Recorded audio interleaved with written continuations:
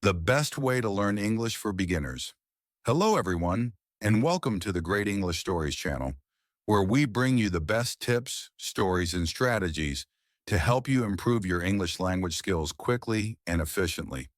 In this session, we'll be diving deep into one of the most frequently asked questions by beginner English learners. What is the best way to learn English? Today, I'm going to guide you through the best methods, techniques, and strategies that you can use to start speaking and understanding English more fluently.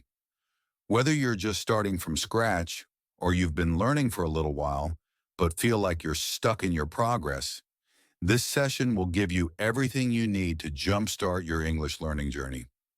Let's get started with the very first technique. 1. Understanding your learning style. One of the first things we need to talk about before jumping into methods and techniques is understanding your learning style. You see, everyone learns differently. Some of us are visual learners, others are auditory learners, and some are kinesthetic learners, those who learn best through physical movement or by doing. Let's take a moment to break this down. If you're a visual learner, you might benefit the most from watching videos, reading books, or even creating mind maps.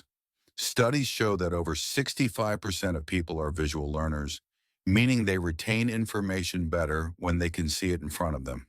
For example, when you read new vocabulary words in a book or watch a YouTube video that shows you the word on the screen, you're more likely to remember it. On the other hand, if you're an auditory learner, you'll probably do better by listening to podcasts like this one, audiobooks, or engaging in conversations with others. In fact, some research suggests that about 30% of learners prefer auditory methods. I once had a student who couldn't memorize vocabulary from books, but quickly improved by listening to English podcasts while walking or doing household chores. Finally, for kinesthetic learners, it's all about doing. You need to engage with the language physically. You might learn better by writing down words, using flashcards, or even doing interactive exercises.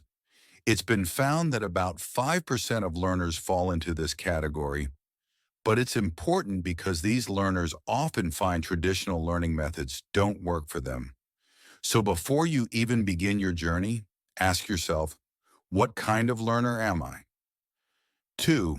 Building a strong vocabulary foundation. Now that you know your learning style, let's move on to one of the core foundations of learning English, building a strong vocabulary. When I say vocabulary, I don't just mean memorizing words randomly. Instead, we want to focus on the words that will have the most impact on your ability to communicate. Research shows that the 1,000 most common words in English make up about 85% of everyday conversations. Yes, you heard that right. If you can master these 1,000 words, you will be able to understand and participate in the vast majority of daily conversations. But how do you go about learning these words effectively? Let me give you a real-life example. I had a student named Maria. Maria was struggling because she was trying to learn too many advanced words at once. She would spend hours memorizing words like meticulous and exasperation, but she couldn't even ask for directions or order food in English. We switched up her strategy and focused on learning the most basic and commonly used words first. In just a few weeks, her confidence skyrocketed and she was able to hold conversations with native English speakers. Here's a tip for you. Start by learning 10 new words every day. Write them down, use them in sentences, and repeat them throughout the day. By the end of 1 month, you will have learned around 300 new words that you can actually use in daily conversations. 3. The power of listening and speaking. Now that we've talked about building your vocabulary, let's dive into another essential element of learning English, listening and speaking. One of the biggest mistakes beginners make is focusing too much on reading and writing. Don't get me wrong, reading and writing are important, but in order to become fluent, you need to practice listening and speaking. Think about how babies learn their first language. They spend months just listening before they even attempt to say their first word. In fact, studies show that speaking and listening make up over 70% of language use in daily life. That's why I always recommend that my students start listening to English as much as possible, whether it's through podcasts, movies, music, or even talking to themselves in English. Let me give you an example. One of my students, Carlos, was terrified of speaking in English. He didn't think he was good enough and was scared to make mistakes. So we started with listening exercises. I asked him to listen to English radio stations for 30 minutes every day and try to repeat what he heard, even if he didn't understand every word. After a few weeks, his confidence grew and he began speaking more naturally. So, here's what you can do. Set aside at least 20 minutes a day to listen to something in English. After listening, try to repeat what you heard. Don't worry if you don't get it perfect. What matters is that you're training your brain to get used to the sounds and rhythms of the language. 4. Immersion, surrounding yourself with English. One of the fastest ways to learn English, or any language, is through immersion. What do I mean by immersion?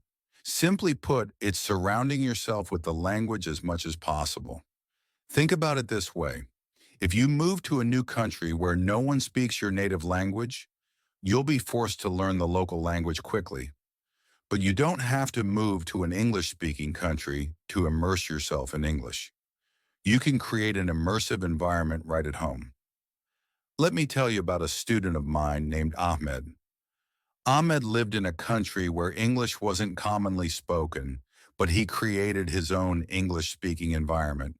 He changed the language settings on his phone to English, watched TV shows and movies in English, and even started talking to himself in English. In just 6 months, his fluency improved dramatically. So here's a challenge for you. Change the language on your phone, computer, or social media accounts to English. Start watching your favorite TV shows with English subtitles and try to talk to yourself in English. It might feel strange at first, but trust me, it works. 5. Consistency is key. Building a routine. Let's talk about one of the most important aspects of learning English, or any skill for that matter, consistency. Learning English is not something you can do in a week or even a month. It takes time, dedication, and most importantly, a consistent routine. Imagine trying to get fit. You wouldn't expect to go to the gym once and suddenly have six-pack abs, right? The same goes for learning English. Let's look at the numbers. Studies show that learners who practice English for at least 15 to 30 minutes a day make significantly more progress than those who cram for hours once a week. So it's not about how much time you spend learning English in one go. It's about being consistent every day. A great example is one of my students, Sarah. She would study English for 3 hours every Sunday, but saw little improvement.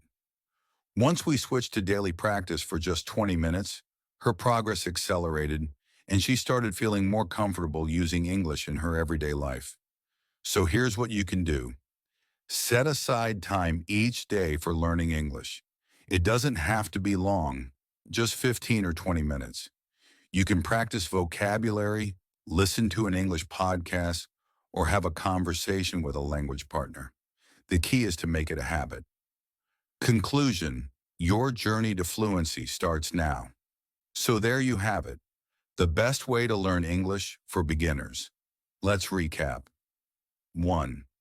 Understand your learning style, whether you're a visual, auditory, or kinesthetic learner. 2. Build a strong vocabulary foundation by focusing on the most commonly used words. 3. Practice listening and speaking as much as possible. 4.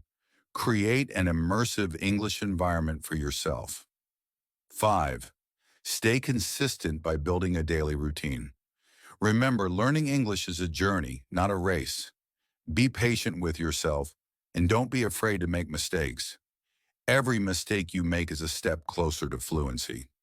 Thank you for joining me today on English Great Stories channel. If you found this session helpful, don't forget to like, share, and subscribe to the channel for more tips and stories that will help you on your English learning journey. Until next time, keep practicing, keep learning, and remember, you've got this.